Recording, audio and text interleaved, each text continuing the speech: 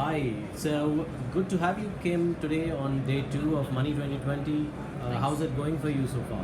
Yeah, really interesting. A lot of payment providers. I was actually also on the startup jury today. I saw a lot of startups in different areas, from foreign exchange to also helping people with debt and using personalized data for that. Very interesting. Good. Tell us a bit about yourself as well as what you do at Antler and Antler itself. Right. Okay.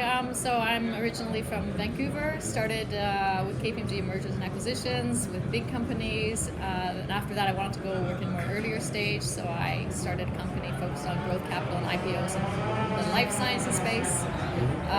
And then I even wanted to go more earlier stage. So I was mentoring at Rockstart Startup Bootcamp, a couple of famous accelerators in Europe.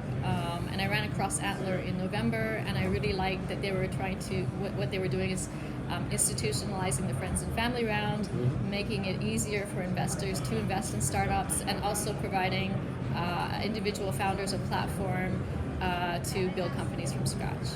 Awesome. And which sectors are you focusing on? So Antler is sector agnostic. It's founders first. They have to actually love this idea and work on it for 5 years. So eating ramen noodles through the rough times. So what we see, I mean, if I look at, we started in Singapore about a year ago. The first cohort had one out of, we invested in 15 companies. One of the companies was FinTech related, which was a company called EduCredit, which helps students in the Philippines get loans at kind of regular rates, because they're not allowed to, they cannot access this kind of lending. Okay.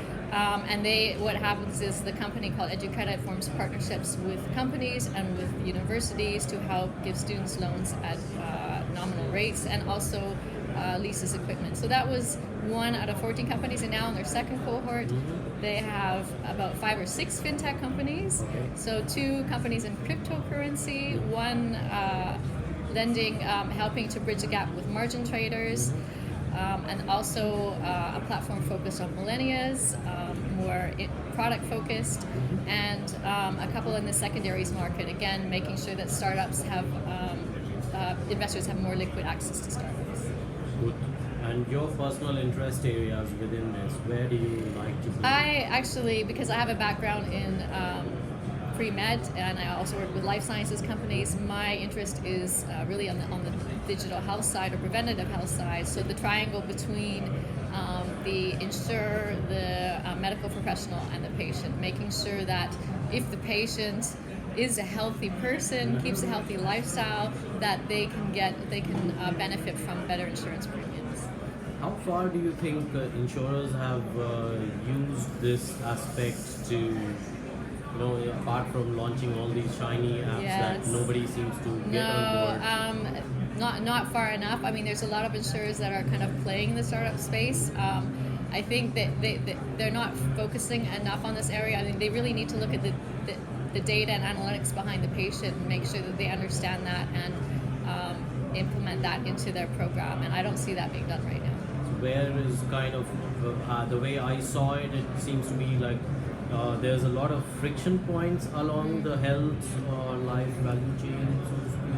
And that's something which remains unaddressed. People are just trying to jump into, or at least insurers are expecting that consumers will jump into the digital age without having those frictions removed at all. Yeah, I think also with GDPR coming, consumers are a little bit wary of that, but I think at a certain point, once education happens, then they will say, okay, if I can benefit from this, if it makes sense, have my data, and I'm fine with that, so I'll sign the terms and conditions. And I think that's where we see consumers going now, into that area. Before, they were really they didn't want to have all of their data used, and now with the digital age, they're seeing the benefits of having their data used to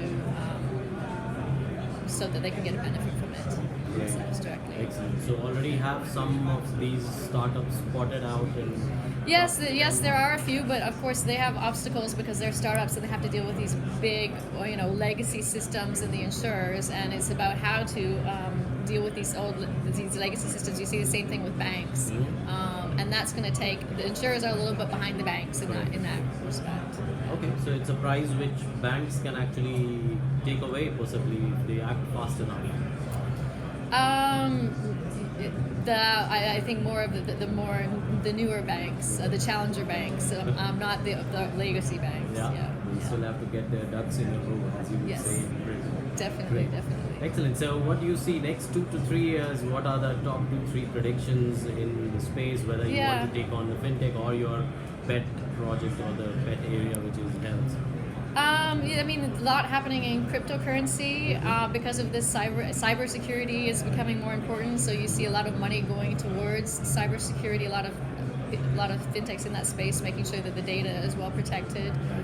Also, the secondaries market opening up because there's a lot more startups. People want to access these unicorns.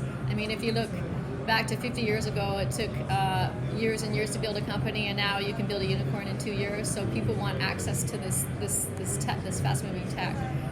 So you see a lot of marketplaces opening up, allowing investors to access startups, and actually that's what Antler does. What we have, besides being a startup generator, we have a fund, and our fund invests in all of our startups before we throw them out into the world. And so because we invest in the beginning in a low valuation, and we invested 200 companies in our fund, with the volume of 200 companies, there's data that says if you invest in over 100 companies in the fund, you can get significant returns. Okay. So we're de-risking this, and we also do due diligence for 2 months in advance on the companies before we invest.